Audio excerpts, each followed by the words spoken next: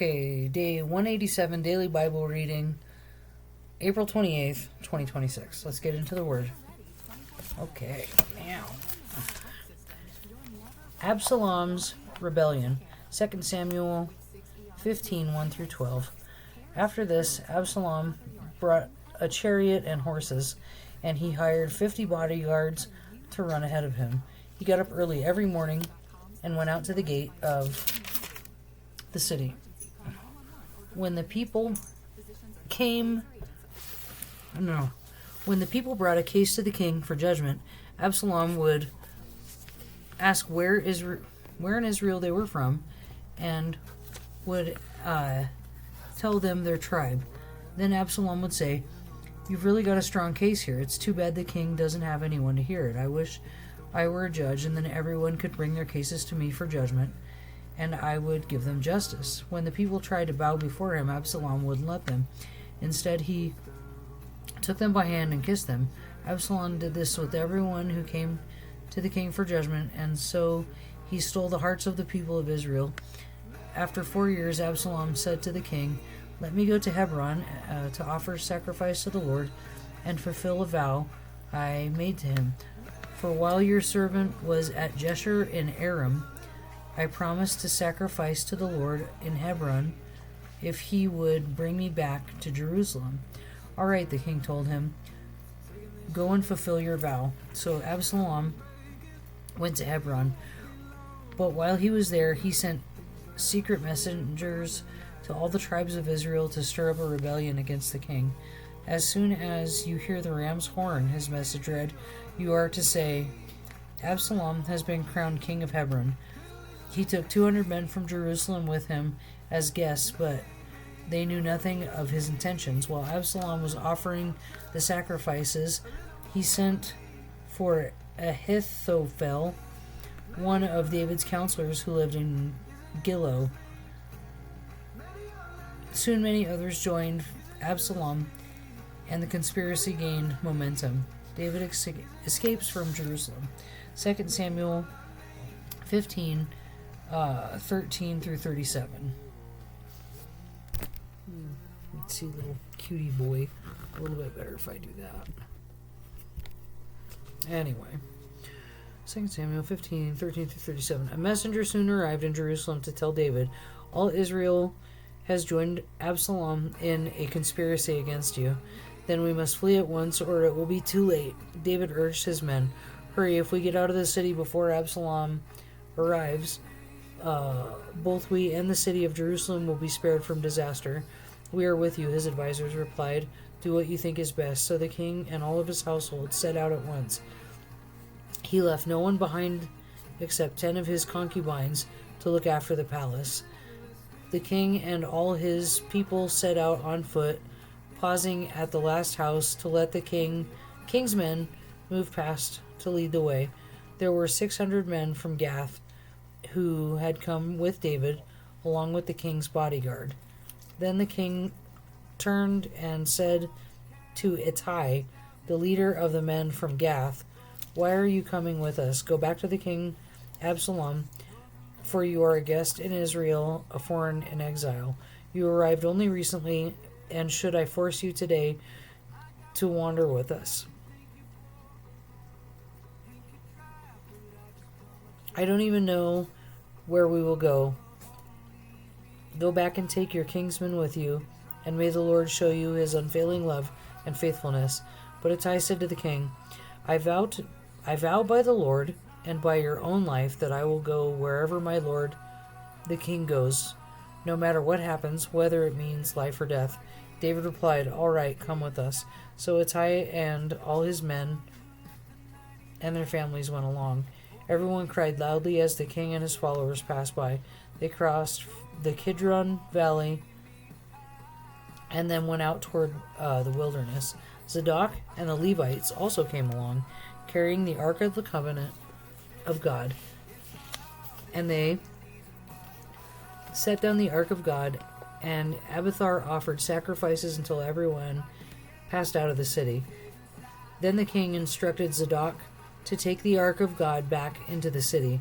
"If the Lord sees fit," David said, "he will bring me back to see the ark and tabernacle again. But if he is through with me, then let him do what seems best to him." The king also told Zadok the priest, "Look, here is my plan. You and Abiathar should return quietly to the city with your son Ahimaaz and Abiathar's son Jonathan. I will stop at the shallows of the Jordan River and wait there for a report from you." So Zadok and Abiathar took the ark of God back to the city and stayed there. David walked up the road to the Mount of Olives, weeping as he went.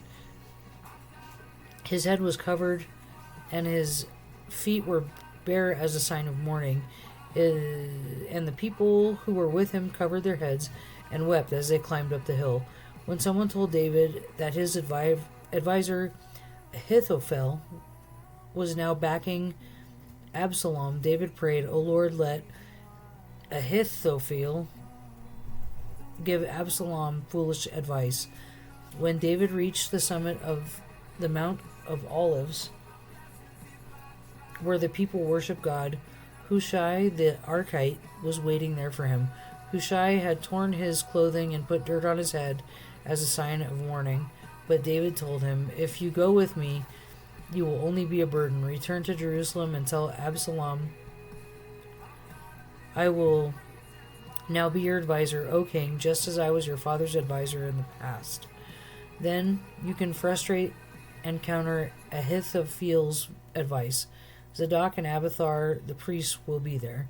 Tell them about the plans being made in the king's palace, and they will send their sons, Ahimaaz and Jonathan, to tell me what is going on." So David's friend Hushai returned to Jerusalem, getting there just as Absalom arrived. David and Ziba. 2 Samuel 16, 1-4. When David had gone a little beyond the summit of Mount Olives, Ziba, the servant of Mephibosheth, was waiting there for him. He had 2 donkeys loaded with 200 loaves of bread, 100 clusters of raisins, 100 bunches of summer fruit, and a wineskin full of wine. "What are these for?" the king asked Ziba. Ziba replied, "The donkeys are for the king's people to ride on, and the bread and summer fruit are for the young men to eat it. The wine is for those who become exhausted in the wilderness." And Mephibosheth, "And where is Mephibosheth, Saul's grandson?" the king asked him. "He stayed in Jerusalem," Ziba replied. "He said, 'Today I will get back the kingdom of my grandfather Saul.'" "In that case," the king told Ziba, I give you everything Mephibosheth owns." "I bow before you," Ziba replied. "May I always be pleasing to you, my lord the king." Shimei curses David. 2 Samuel 16, 5-14. As the king came to Bahurim, a man came out of the village cursing them. It was Shimei, son of Gera, from the clan of Saul's family. He threw stones at the king and the king's officers and all the mighty warriors who surrounded him. "Get out of here, you murderer, you scoundrel," he shouted at David. "The Lord is paying you back for all the bloodshed in Saul's clan. You stole his throne, and now the Lord has given it to your son Absalom. At last you will taste some of your own medicine, for you are a murderer. Why should this dead dog curse my lord the king?" Abishai and Zeruiah demanded. "Let me go over and cut off his head." "No," the king said. "Who asked you your opinion, you sons of Zeruiah? If the Lord has told him to curse me, who are you to stop him?" Then David said to Abishai and all his servants, "My own son is trying to kill me. Doesn't this relative Saul have even more reason to do so? Leave him alone and let him curse, for the Lord has told him to do it, and perhaps the Lord will see that I am being wronged and will bless me because of these curses today." So David and his men continued down the road, and Shimei kept pace today. So David and his men continued down the road, and Shimei kept pace with them on a nearby hillside, cursing as he went. and throwing stones at David and tossing dust into the air. The king and all who were with him grew weary along the way, so they rested when they reached the Jordan River. Okay. Ahithophel advises Absalom. 2 Samuel 16:15 through 17:4. Meanwhile, Absalom and all the army of Israel arrived at Jerusalem, accompanied by Ahithophel. When David's friend Hushai the Archite arrived, he went immediately to see Absalom. Long live the king, he exclaimed. Long live the king. This is the way you treat your friend David? Absalom asked him. Why aren't you with him? I'm here because I belong to the man who is chosen by the Lord and by all the men of Israel, Hushai replied. And anyway, why shouldn't I serve with you? Just as I was your father's advisor, I will now be your advisor. Then Absalom turned to Ahithophel and asked him, what should I do next? Ahithophel told him, go and sleep with your father's concubines, for he has left them here to look after the palace. Then all of Israel will know that you have insulted your father beyond hope of reconciliation, and they will throw their support to you. So they set up a tent on the palace roof where everyone could see it, and Absalom went in and had sex with his father's concubines. Absalom followed Ahithophel's advice just as David had done, for every word Ahithophel spoke seemed as wise as though it had come directly from the mouth of God. Now Ahithophel urged Absalom, let me choose 12,000 men to start out after David tonight. I will catch up with him while he is weary and discouraged.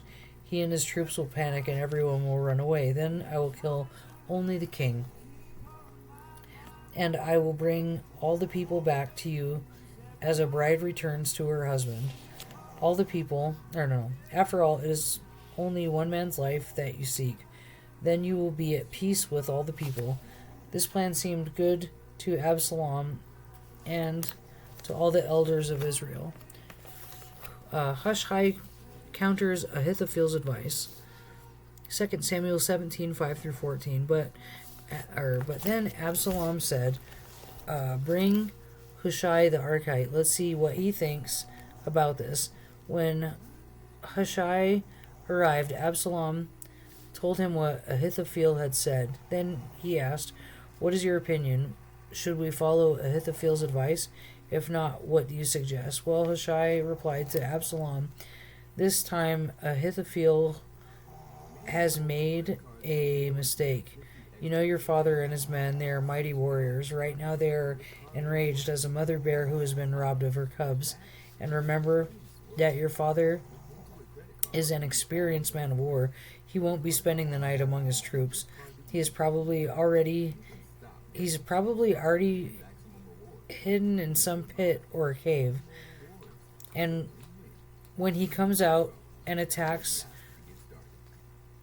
and a few of your men fall, there will be panic among your troops, and the word will spread that Absalom's men are being slaughtered.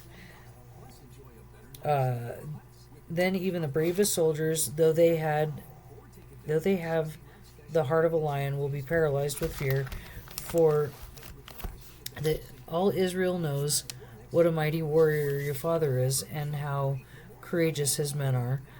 I recommend that you mobilize the entire army of Israel, bringing them from as far as Dan in the north and Beersheba in the south.